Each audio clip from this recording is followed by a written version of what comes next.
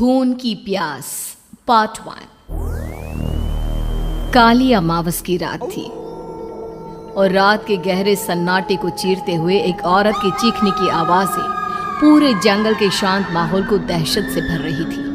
वो औरत इस तरह से चिल्ला रही थी जैसे किसी ने उसके बदन पर खौलता हुआ पानी डाल दिया हो।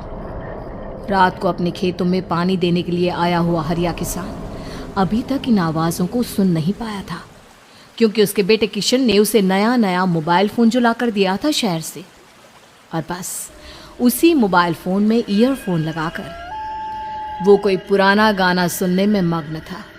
लेकिन जैसे ही गाना खत्म हुआ, उस औरत की चीखने की आवाज़ हरिया किसान के कानों से टकराई। हरिया का दोस्त रामू भी खेत में ही घाट पर गहरी नींद में खर्राटे मार रहा था।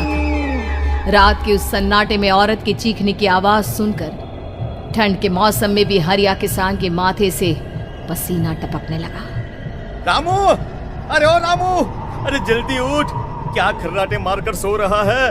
अरे इतनी रात को ये जंगल में कौन औरत चीख रही है? पूरी तरह से चीख रही है। अरे क्या हुआ? क्या हुआ? कौन है? अरे भूत आ गया क्या? चोर आ गया क्या? अरे न चोर आया है न भूत आया है। मैं ये कह रहा हूँ कि क्या तूने इस औरत के चीखने की आवाज सुनाई देती है कि नहीं? अरे कौन सी औरत? अरे हाँ, ये आवाज़ है। तू पहले नहीं बता सकता था? पता नहीं कौन चुड़ैल जंगल में नाच रही है। हम घर चले जाते हैं। देखता नहीं, मैंने तो कानों में ये लगा रखा था। वो किशन ने लाके दिया ना शहर से, गाने सुन रहा था मैं। अरे लेकिन भाई, मुझे बहुत डर लग रहा है। क्या करे? अरे करना क्या है? भागो यहाँ से। भगवान जाने कौन है और क्यों इतना चीख रही है। और उस औरत के चीखने की आवाजें और ज्यादा तेज होने लगी है। हरिया और रामू के पैर डर के मारे कांप रहे थे। डर की वजह से ना वो वहां पर रुक पा रहे थे और ना ही अपनी जगह से आगे बढ़ पा रहे थे। तभी अचानक से सन्नाटा छा गया। सही मौका है, हमें यहाँ से निकल लेना चाहिए भैया। रामू और हरिया अपना गमछा उठाकर दबे पैरों जंगल के रास्ते से गांव की तरफ चलने लगे। गांव की ओर जाने वाला ये एक ही रास्ता था और आवाज भी उसी तरफ से आ रही थी। लेकिन अभी 2 मिनट पहले वो आवाज पूरी तरह बंद हो चुकी थी और जंगल में पहले जैसा सन्नाटा पसर चुका था। तभी अचानक से पेड़ों में किसी के चलने की सरसराहट रामू और हरिया को सुनाई दी। क्या तुमने कोई आवाज सुनी? हाँ यार, ऐसा लग रहा है कोई इस तरफ ही आ रहा है। और तभी अचानक सामने पेड़ से एक साया रामू और हरिया के सामने उल्टा आकर लटक गया। ये देखकर रामू और हरिया की चीख निकल गई। वो दोनों डर के मारे बेहोश हो गए। वो साया जमीन पर आकर खड़ा हुआ। उसने रामू और हरिया के बालों को पकड़कर खींचना शुरू कर दिया। अब तुम गांव वालों में से कोई जिंदा नहीं बचेगा। मैं तुम सबको ले जाकर उस गड्ढे के नीचे दफन कर दूंगी। सबकी जान ले लूंगी। मैं किसी को नहीं छोड़ूंगी। अगली सुबह रामू की पत्नी कमला हरिया के घर आई और उसने हरिया की पत्नी सुमन से अपने पति के बारे में पूछा। सुमन, कल रात को ये तुम्हारे ही पति के साथ गए थे खेत पर, अभी तक लौट कर नहीं आए हैं। हाँ बहन, मैं भी वही सोचकर परेशान हूँ। मेरे पति भी अभी तक खेत से लौट कर नहीं आए। भगवान जाने क्या बात है, दोपहर होने आई है। अब तक तो उन दोनों को लौट कर आ जाना चाहिए था। क्या करे, कैसे पता करे कि वो दोनों कहाँ हैं? मेरा बेटा भी शहर गया हुआ है, वरना उसी को भेज देते खेत पर। बहन, मुझे लगता है कि हम दोनों को वहाँ जाकर अपने पतियों को ढूंढना चाहिए। ठीक कहती हो तुम, चलो मैं तुम्हारे साथ चलती हूँ। और वो दोनों जंगल के रास्ते खेत की तरफ आगे बढ़ती हैं। वहां जाकर देखती है कि हरिया और रामू आग जलाकर आग के ऊपर कुछ पकाकर खा रहे थे। आप यहाँ पार्टी बना रहे हैं और वहाँ घर पर हमारी जान सुखी जा रही थी कि कहीं कुछ हो तो नहीं गया? मुझे कुछ नहीं हो सकता। मैं कभी नहीं मर सकता, समझे तो? अरे तबीयत तो ठीक है। ये किस तरह की आवाज में बात कर रहे हैं आप? कुछ हुआ है क्या? कुछ नहीं हुआ।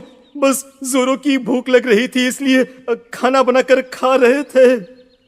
अच्छा, इतनी बदबू आ रही है, ऐसा क्या बनाकर खा रहे हैं आप? जरा हमें भी तो बताइए। अरे भाभी, क्यों परेशान हो रही हैं? मांस पकाकर खा रहे हैं।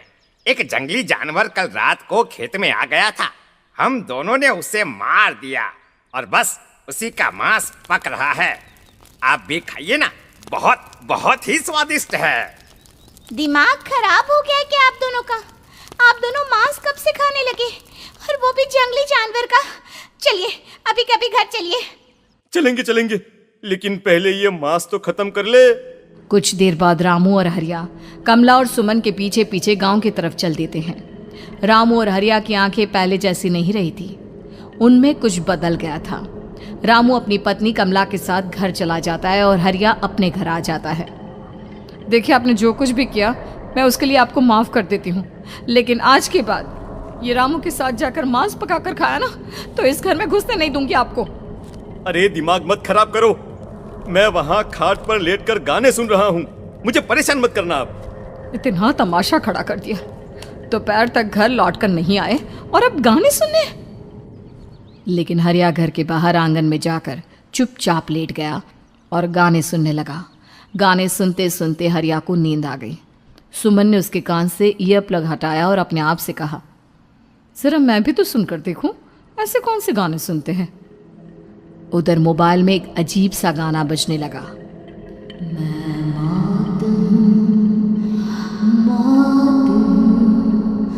मौत जो पसरी है चारों, जो आएगी कहीं से निगल जाएगी सबको। मैं मात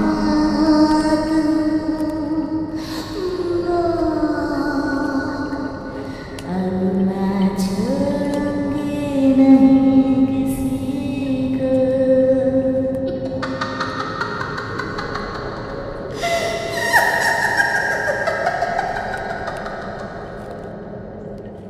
सुमन ने घबराकर मोबाइल फोन दूर रख दिया।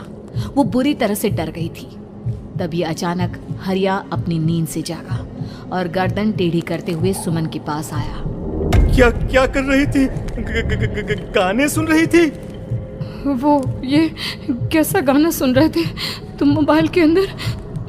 मौत है, मौत। अरे ये सारी बातें छोड़ो और ये बताओ, आज शाम को तुम मेरे साथ खेत चलोगी? लेकिन क्यों? और तुम इस तरह से क्यों बात कर रहे हो? अपनी गर्दन सीधी रखकर बात करो ना। वो मेरी गर्दन में सोते सोते थोड़ा दर्द हो गया है। मेरे साथ आज खेत चलो ना।